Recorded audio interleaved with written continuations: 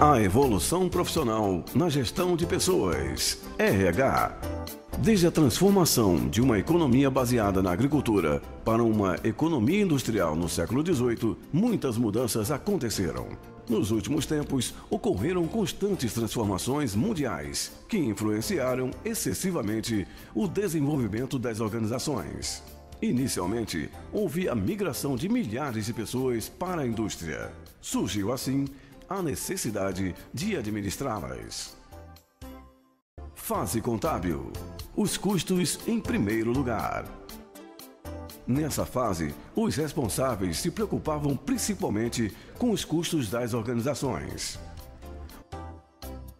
Os trabalhadores eram vistos sob o enfoque contábil, ou seja, a organização comprava mão de obra e, em contrapartida, as entradas e saídas dessa conta deveriam ser registradas contabilmente. Esta foi a fase pioneira na gestão de pessoal, que teve o início no século XIX e permaneceu até o início da década de 1930.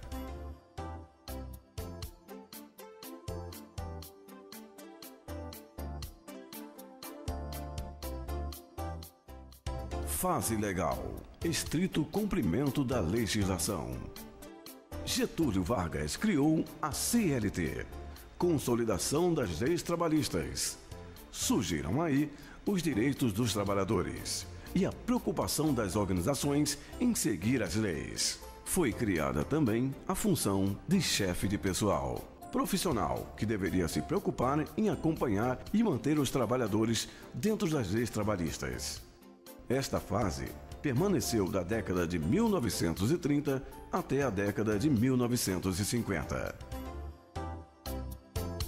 Fase tecnicista. Burocracia como sinônimo de praticidade. Nesta fase, o então presidente Juscelino Kubitschek implementou em nosso país a indústria automobilística. Sendo assim, os empresários tiveram que aceitar os seus organogramas. O gerente de relações industriais. Os trabalhadores ganharam mais força e representou também um avanço nas relações entre capital e trabalho. Nesta fase, a área de RH passou a comandar serviços como recrutamento e seleção, treinamento, cargos e salários, higiene e segurança, benefícios e outros. Teve seu auge entre as décadas de 1950 e 1965.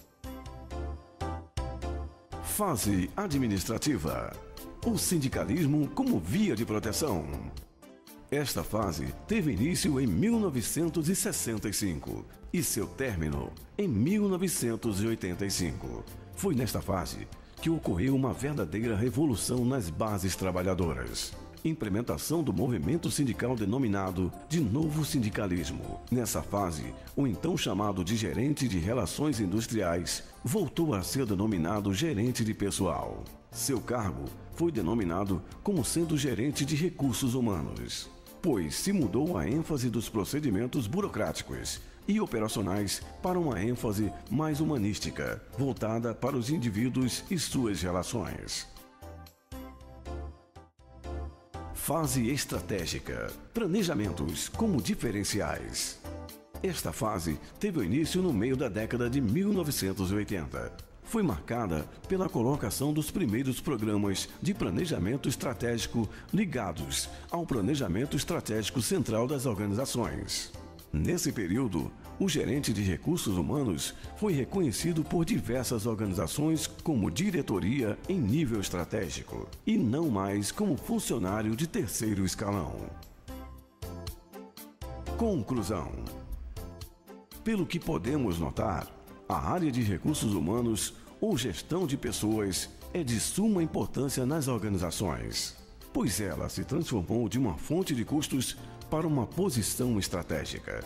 As organizações passaram a considerar os profissionais de recursos humanos como colaboradores e os mesmos participam e opinam nas tomadas de decisões, nas ações e investimentos. E tem ainda outro fator de peso: apoiadores nos processos de mudanças. Sendo assim, nos dias atuais, o profissional da área de gestão de pessoas deve possuir capacitação, ser independente, gerar mudanças, ser curioso e não ficar preso somente às atividades burocráticas.